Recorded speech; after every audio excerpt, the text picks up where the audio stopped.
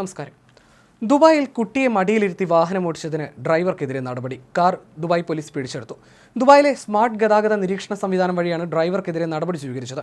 UAE federal traffic നിയമം അനുസരിച്ച് 10 വയസ്സിന് താഴെയുള്ളവരും 145 സെന്റിമീറ്ററിൽ താഴെ ഉയരമുള്ളവരുമായ കുട്ടികൾ വാഹനത്തിന്റെ മുൻ സീറ്റിൽ ഇരിക്കുന്നത് കർശനമായി നിരോധിച്ചിട്ടുണ്ട്.